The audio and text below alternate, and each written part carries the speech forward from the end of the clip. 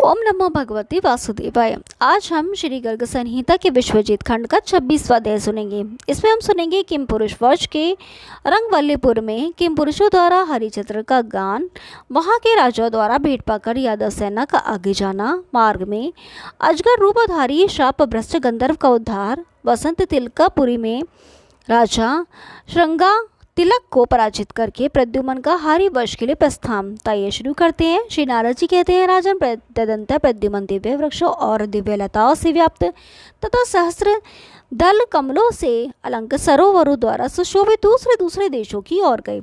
प्रचंड पराक्रमी प्रद्युम्न 100 अक्षौहिणी सेना के साथ इक्षु द्वारा बताए हुए मार्ग से किम पुरुष वर्ष में गए। वहाँ हेमकूट गिरी की तराई में रंगवल्लीपुर है। वहाँ के निवासी किम पुरुष शंभरारी प्रद्युम्न की सुनते हुए कह रहे थे।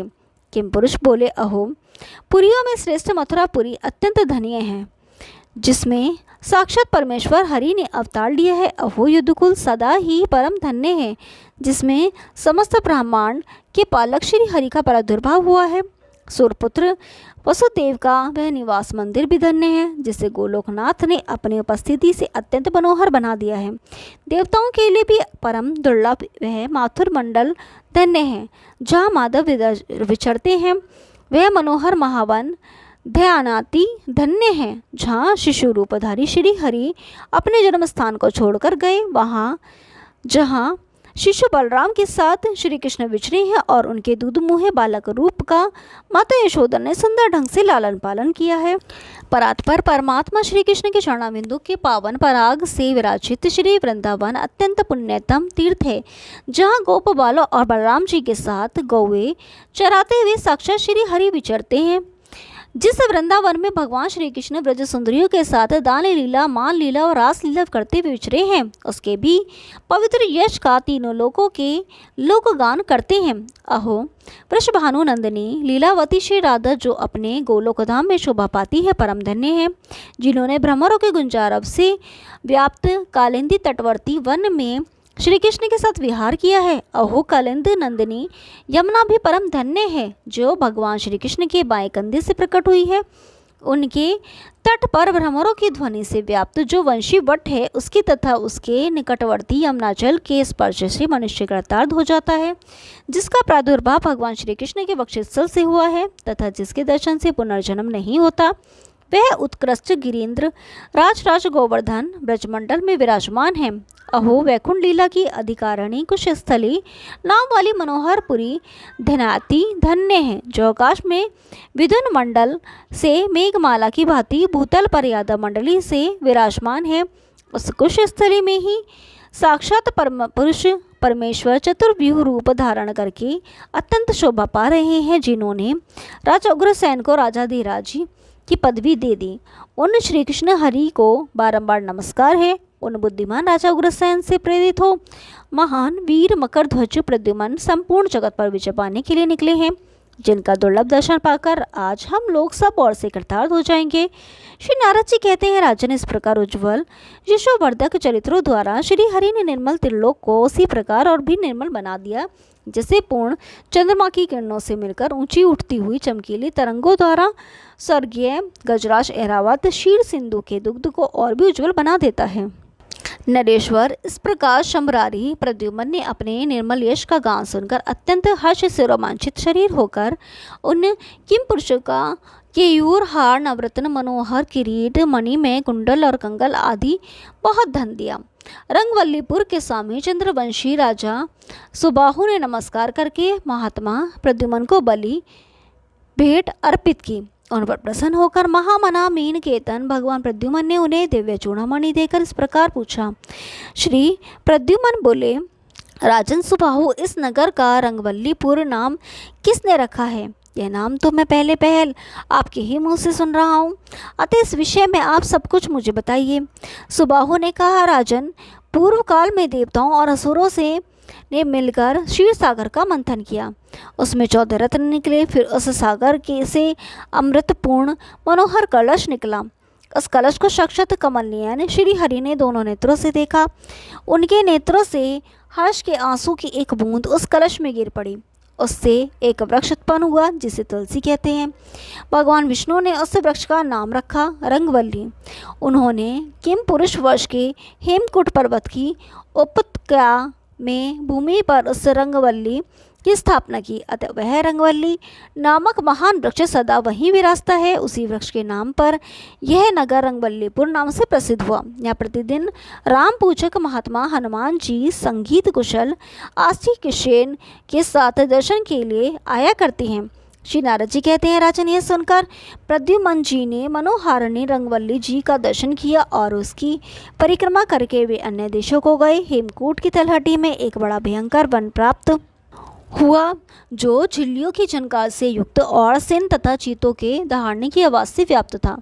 जंगली गजराजों से भरे हुए उस वन में गीदड़ों और उल्लुओं की आवाज़ सुनाई देती थी। बांस, पीपल, मंदार, बरगद, भोजपत्र, काली हिरेरे की बेलों तथा बेर के वृक्षों से वह वन अत्यंत घना जान पड़ता था।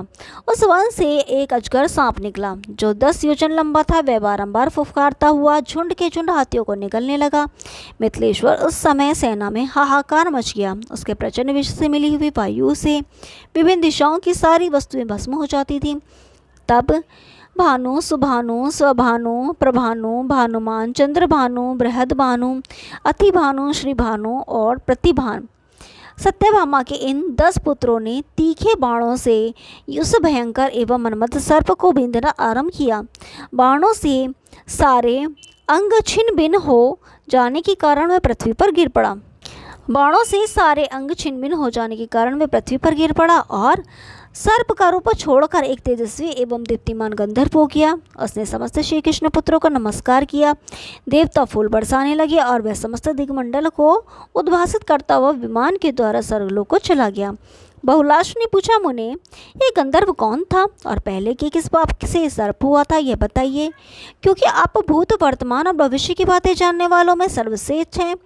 नारद जी कहते हैं, राजन, आस्तिशेन गंधर्व का जो सुंदर भ्राता सुमति था वह हनुमान जी से रामायण पढ़ने के लिए आया। हनुमान जी हेमकूट पर्वत पर श्री राम की सेवा में प्रातःकाल से 14 घड़ी तक लगे रहते थे।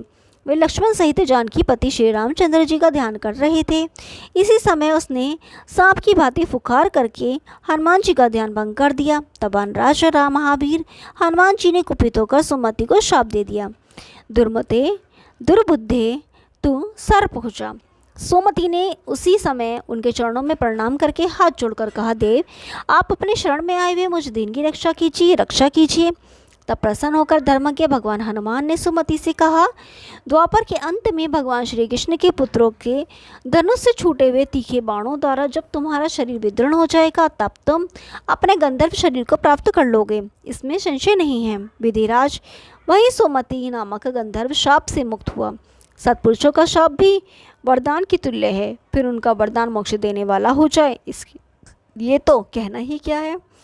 तदंतर श्री कृष्ण कुमार महाबाहु प्रद्युम्न मनोहर चैत्र देशों को गए जो वासंती और माधवी लताओं से सुशोभित थे। यहाँ भ्रमरों की ध्वनि से शोभा पाने वाले सहस्त्र दल कमलों का पराग सरोवरों में अबीर चूर्ण की भांति गिरता था।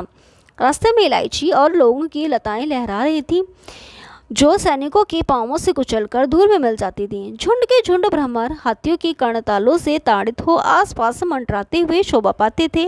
राजन, वहाँ के पुरुष 10,000 हाथियों के समान बलवान होते हैं। उनके शरीर पर झुर्रियाँ नहीं दिखाई देती, उनके बाल नहीं पकते और शरीर में पसीना, थकावट और दुर्गंध नहीं होती। वहाँ प्रतिदिन त्रेता युग के समान समय रहता है। दिव्य औषधियों तथा नदियों के गुणकारी प्रभाव से वहाँ के लोगों की आयु 10,000 वर्ष की हुआ करती है। वहाँ अमृत के समान जल और स्वर्णमयी भूमि शोभा पाती है।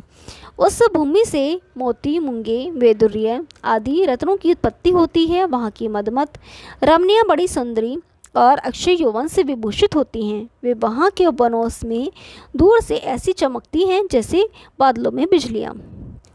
वहाँ वसंत तिलका नाम की एक सुंदर सुरमय नगरी है जहाँ श्रृंगरा तिलक नाम के महाबली राजा राज्य करते थे। विजयी वीरों का एकत्र करके स्वयं भी कवच धारण किए हाथी पर सवार हो वे राजा श्रृंगार तिलक प्रद्युम्न के सामने युद्ध के लिए निकले। उस समय साम, सुमित्र, पुरुजीत, शतजीत, सहस्रजीत, विजय, चित्रकेतु, वसुमान, द्रविण और क्रतु जामवंती के इन 10 पुत्रों ने वहां नाराजों से दुर्दिन उपस्थित कर दिया। मैथिल उन बाणों से विदीर्ण होकर विपक्षी योद्धा भागने लगे। बाणों से अंधकार छा जाने पर वहां महान कोलाहल मच गया। तब महाबली श्रृंगार तिलक ने हाथी पर बैठे बैठे ही त्रिशूल से रोषपूर्वक साम की छाती पर चोट पहुंचाई और अन्य योद्धाओं को अपने धनुष से छूटे हुए बाणों द्वारा धराशाही कर दिया। वे युद्धभूमि में अकेले इस प्रकार विचरने लगे जैसे वन में दावानल फैल रहा हो। उस समय गद ने आकर उनकी मदमत हाथी को उसकी सूंड पकड़कर पृथ्वी पर पटक दिया। राजा श्रृंगार तिलक भी तत्काल दूर जा गिरे। फिर तो भय व्याकुल हो उन्होंने युद्ध में उसी क्षण दोनों हाथ जोड़ लिए और 1 अरब घोड़े, 1 लाख रथ और 10,000 हाथी प्रद्युम्न को भेंट में दिए। इस प्रकार किमपुरुष वेश पर विजय पाकर महाबली श्री कृष्ण कुमार प्रद्युम्न निषादों के दिखाए हुए मार्ग से हरिवंश की ओर प्रस्थित हुए। ओम नमो भगवती वासुदेवाय। कल 27वां अध्याय सुनेंगे, तब तक के लिए नमस्कार।